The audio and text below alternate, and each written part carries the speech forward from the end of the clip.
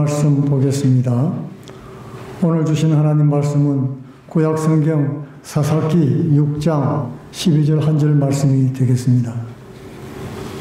사사기 6장 12절 한 절 말씀 우리 다 함께 한번 읽어보도록 하겠습니다.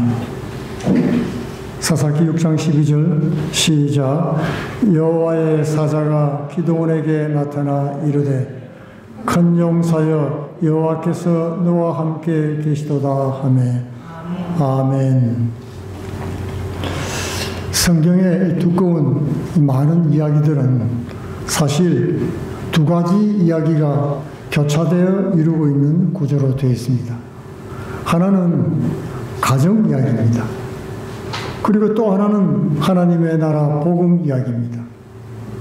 그 대를 이어서 신앙이 전수되는 가정 이야기와 창조에서 종말까지 이어지는 하나님의 구원 사역 이야기가 번갈아서 계속 나온다는 얘기입니다. 하나는 미시적이고 하나는 거시적입니다. 그 가정 이야기는 나무 하나하나를 다루는 것처럼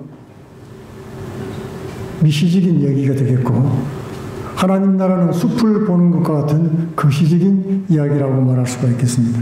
하나님의 거대한 인류 구원 계획은 이 가정이라고 하는 기초가 중심이 되고 있다는 사실인 것입니다. 오늘은 하나님 나라의 구원 사역이 가정과 어떤 관계를 가지고 있는지, 그리고 가정이 얼마나 중요한 역할을 하고 있는지 살펴보기를 원하는 것입니다. 첫 번째로 가정은 하나님의 사람을 길러내는 모판과 같다 하는 것입니다. 봄이 되면 여러 가지 식물 씨앗을 밭에다가 갖다가 심지어 작물이 보다 잘 자라고 더 많은 수확을 거두기 위해서는 초봄에 모종을 심습니다. 따뜻한 온실에 씨를 심고 발화시켜가지고 불순한 날씨를 다 피하고 설이 맞는 때도 지나서 이제 밭이나 논에나 심는 것입니다. 이렇게 자란 모종은 밭에 곧바로 씨를 심는 것보다 더 빠르고 튼튼하게 자라게 되는 것을 볼 수 있습니다. 하나님 나라 이야기나 가정 이야기는 밭의 채소 얘기가 아니죠. 사람에 관한 이야기인 것입니다. 인물에 관한 것입니다. 성경의 인물들은 다 하나님께 부름을 받기 전에는 가정이라고 하는 온실 모판에서 부모로부터 양육을 받게 된다는 사실입니다. 가정은 부모와 자식뿐만이 아닙니다. 하나님을 모시고 살아가는 가장 기본적인 예배 공동체입니다. 그리고 하나님의 사람을 키워내는 모판이라고 하는 것입니다. 이스라엘 민족의 가정은 오늘과 같은 핵가족이 아니었습니다. 3, 4대가 함께 모여 사는 대가족이었던 것입니다. 그런 분위기 속에서는 자연히 세대 간의 유대가 굉장히 중요하죠. 더불어 살아가는 공동체 의식이 더욱 강해졌던 것입니다. 가족뿐 아니라 친족, 지파 혹은 민족까지 공동체 의식이 아주 쉽게 확대되었습니다. 이 공동체 의식은 교회의 지체 의식이라고 말할 수가 있는 것입니다. 교회의 머리 대신 예수 그리스도의 몸된 지체 의식을 갖는 것은 부름받은 하나님의 사람들의 특징이라고 할 수 있습니다. 편협한 지역주의나 개인주의가 아닌 것입니다. 그런 점에서 부모는 그 자녀가 하나님의 사역자로 부름받는 일에 중요한 역할을 감당하고 있지요. 그런 뜻에서 이 부모는 하나님의 동역자라고 말할 수가 있는 것입니다. 하나님의 자녀들은 한 사람 한 사람 가정에서 귀하게 길러집니다. 그리고 때가 되면 하나님 나라의 주역으로 등장하게 되는 것입니다. 이 가정 이야기는 마치 보이지 않는 지하수가 흘러가는 물줄기 같습니다. 그리고 하나님 나라 역사는 이 지하수가 솟아나는 샘물과 같은 것입니다. 성경은 하나님 나라가 어떤 특별한 사람이 주도하는 역사처럼 보이지만은, 그러나 그 배후에는 가정에서 신앙으로 양육된 그런 이스라엘의 보편적인 민족 자녀들이 다 있는 것입니다. 기드온은 하나님의 특별한 섭리 가운데 역사의 주역으로 발탁되었습니다. 하나님의 절대적인 주권으로 이루어진 선택이었다는 것입니다. 그렇지만 기드온은 이미 가정에서 하나님 나라 사역을 위해서 쓰임받을 수 있도록 필요한 신앙교육을 받고 있었다는 것입니다. 성경의 두 축인 가정 얘기와 또 하나님 나라 역사 이야기는 하나로 연결되어 있는 것입니다. 3년 반 사역을 시작하시기 전에도 한 가정의 장남으로 30년 세월을 보냈습니다. 일찍 돌아가신 아버지 요셉을 대신해서 목수가 됐지요. 가난한 집안의 생계를 맡은 가장으로 살았던 것입니다. 그 당시 목수는 일거리를 찾아서 또 돌아다니는 그런 직업이었습니다. 지금도 건축업에 종사하는 사람들은 공사 현장을 따라다니지요. 예수님은 이스라엘 전역을 돌아다니면서 병들고 가난하게 살아가는 사람들의 비참한 현실을 보았습니다. 그리고 타락하고 무능한 정치 지도자들과 종교인들의 모습을 속속들이 다 살펴볼 수가 있었던 것입니다.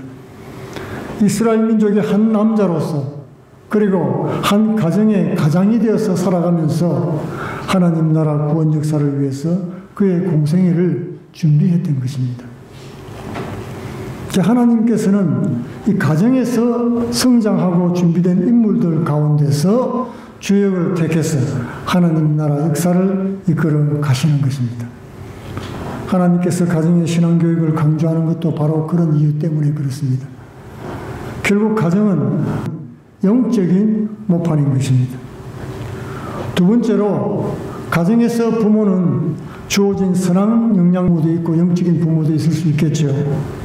가정에서 일어나는 일의 주도권은 전적으로 부모에게 있는 것입니다. 어린아이에게 집안의 대소사일을 맡기지는 않습니다. 결정권이 아이들에게 있는 것이 아닙니다. 부모들이 있지요. 부모들은 가정이라고 하는 작은 성소를 맡은 제사장이고 목회자들이라고 할 수 있습니다. 자녀를 낳아 기르는 부모들은 자녀를 위해서, 교육을 위해서 많은 일을 하는 것입니다. 사도 바울은 그 가운데 중요한 두 가지 사항을 지적했습니다. 에베소서 6장 4절에서 하나는 자녀를 노엽게 하지 말라는 것이고 또 다른 하나는 주의 교훈과 훈계로 자녀를 양육하라는 것이었습니다. 자동차에 비유하면 하나는 제동장치고 다른 하나는 가속장치인 것입니다. 차 운전을 잘 하려면 이 적절히 브레이크와 가속 페달을 잘 밟아줘야 되는 것입니다. 부모는 이 두 가지 요소를 잘 조절해야 자녀에게 좋은 영향력을 끼칠 수가 있습니다. 이 둘 중에 어느 것 하나라도 제대로 작동이 되지 않으면 자녀들의 신앙은 무너지게 되는 것입니다. 자동차 사고가 나는 것과 마찬가지입니다. 자녀를 노엽게 하지 않는 것은 자녀를 인격적으로 대우하라는 것입니다. 자녀를 인격적으로 대우해야 되는 이유는 자녀가 부모의 소유가 아니기 때문입니다. 자녀들은 하나님께서 맡겨주신 소중한 생명인 것입니다. 하나님의 생명을 주의 교훈과 훈계로 양육한 것은 마땅한 일인 것입니다. 하나님의 생명은 하나님의 말씀을 공급받아야 풍성해지고 행복해집니다. 신명기 6장 6절에서 9절에서는 부모가 하나님 뜻에 합한 그런 삶을 살고 또 그런 신앙과 삶을 자녀들에게 잘 가르치라고 강조하고 있는 것입니다. 그런 점에서 기도원은 사사로 부르심을 받을 때 요아스로부터 하나님의 사역자로 양육되었던 것입니다. 오늘 세 번째로 기도원에게 있어서 아버지 요아스의 영향력은 절대적이었습니다. 이스라엘의 가부장의 군화는 가족의 생사예탈권까지 다 가지고 있었습니다. 가장 작은 자라고 말할 때 기도원은 아버지 영향을 더 크게 받았다는 것을 말해주는 것입니다. 가족은 보통 50명에서 한 200명가량이 됐습니다. 기도원은 다 자란 아들과 종들도 있었어요. 그런 집안의 가장이 바로 요아스 아버지였던 것입니다. 그런데 이 요아스는 성경에 보니까 가족들뿐만 아니라 그 지역에서도 영향력이 큰 인물이었습니다. 그가 살던 오브라 성읍의 바알 우상 제단이 바로 요아스 집안에 있었던 것입니다. 요아스는 오브라 성의 바알 제단을 관리하던 책임자였던 것입니다. 그렇다고 요아스가 여호와 신앙을 완전히 버린 것은 아니었습니다. 당시 바알 신앙은 여호와 신앙과 결합된 혼합주의 성격이 굉장히 강했습니다. 출애굽한 이스라엘 백성들이 금송아지를 만들어서 숭배하면서 너희를 애굽에서 인도해낸 여호와 하나님이라고 했던 것과 마찬가지인 것입니다. 바알 우상에다가 여호와 신앙의 옷을 입혀놓은 것입니다. 그 당시에는 사람들이 보통 신을 부를 때 부르는 이름이 바알이었습니다. 그러니까 보통 오 신이시여라고 부를 때 오 바알이여 이렇게 불렀던 것입니다. 여호와 하나님을 내 바알이라고 불렀던 것입니다. 섞어버렸습니다. 여호와 하나님을 믿으면서 바알 신앙을 따르는 이중 생활을 했다는 것입니다. 상당히 합리적으로 보였지만 그것은 명백한 영적 간음이었습니다. 오늘날에도 종교 통합에 대한 유혹이 강하게 역사하고 있습니다. 타협하면 즉시 핍박과 분쟁을 피할 수 있기 때문에 그렇습니다. 하나님은 시대를 따라서 인물을 만드십니다. 사람들은 보통 그가 살던 시대의 정신에 영향을 받게 되지요. 성경 속 인물들도 자신이 속한 시대의 영향을 받으면서 성장을 해왔습니다. 사람들이 시대의 영향을 받는다는 것에는 양면이 있습니다. 긍정적으로 영향을 받든지 아니면 부정적인 영향을 받는 것입니다. 긍정적인 면은 어두운 세상에서 자신이 감당해야 될 하나님 나라의 시대적 사명을 잘 깨닫는 것입니다. 부정적인 면은 그 시대가 안고 있는 어두운 약점들의 영향을 그대로 받을 수 있다는 것입니다. 이 두 가지는 아버지 요아스의 영향력 아래서 기드온에게 그대로 나타난 것을 볼 수 있습니다. 요아스가 기드온에게 끼친 긍정적인 영향력 세 가지가 있습니다.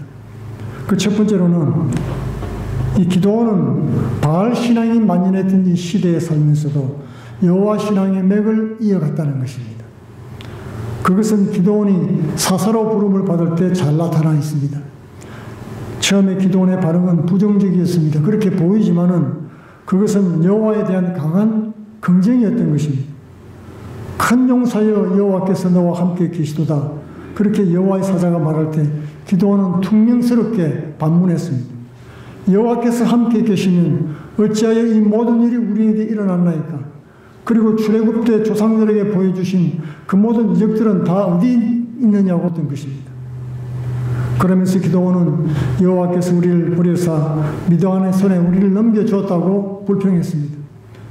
이때 여호와 사자는 네가 바로 이스라엘을 미디안 손에서 구원할 구원자가 될 것이라고 알려주었던 것입니다. 그러자 기드온은 즉시 용하고 대답을 했습니다. 나의 집은 므낫세 중에 극히 약하고 나는 내 아버지 집의 가장 작은 자니이다. 주께서 부르실 때 기드온은 자신의 부족함을 깨닫고 고백했습니다. 그리고 기드온의 그 실망 속에 감춰져 있던 여호와 신앙을 뒤만은 그는 간절히 하나님을 열망했다는 것입니다. 기드온이 여호와 신앙을 회복하자 자기 집에 있던 바알 제단을 헐어버리고 말았습니다. 그리고 여호와를 위한 제단을 새로 쌓았습니다. 아버지 요아스의 두 번째 긍정적인 영향력은 기드온이 바알 제단을 헐고 여호와의 단을 쌓았을 때 적극적으로 기드온 편을 들어준 것이었습니다. 야단을 치고 벌을 준 것이 아닙니다. 이 일은 큰 일이었죠. 신상을 없애버렸으니까 동네 사람들로부터 매맞아 죽을 수도 있는 위험한 지경이었던 것입니다. 그때 아버지 요아스는 보시오, 바알 제단이 파괴되었는데도 아무 일도 일어나지 않았습니다. 그것은 바알이 참신이 아니라는 명백한 증거가 아닙니까? 바알이 참신이라면 들고 일어나서 기드온을 벌주든지 할 것이 아닌가? 그러므로 여러분들이 바알을 위해서 싸우는 것은 어리석음을 변호하면서 내 아들이 바알을 깨뜨렸으니 그러므로 바알이 힘이 있으면 스스로 일어나서 기드온과 싸울 것이라고 도전해 주었던 것입니다. 요아스가 비록 바알 신앙과 결탁이 되어 있었지만 그 뿌리는 여전히 여호와 신앙을 지키고 있었던 것입니다. 요아스의 이런 이중적인 신앙은 우리들도 빠지기 쉬운 함정입니다. 세상사를 따로 분리해서 살아가는 것입니다. 두 집 살림하는 것과 같습니다. 세속주의가 교회 안으로 밀려 들어올 때 우리는 요아스와 기드온과 같이 결단하고 먼저 영적 전사로 거듭나야 되는 것입니다. 그것이 하나님께서 우리에게 원하시는 것입니다. 미디안 군대와 싸우는 것은 그 다음입니다. 하나님이 함께 하시면 미디안 13만 5천 대군도 300명으로도 이길 수 있었습니다.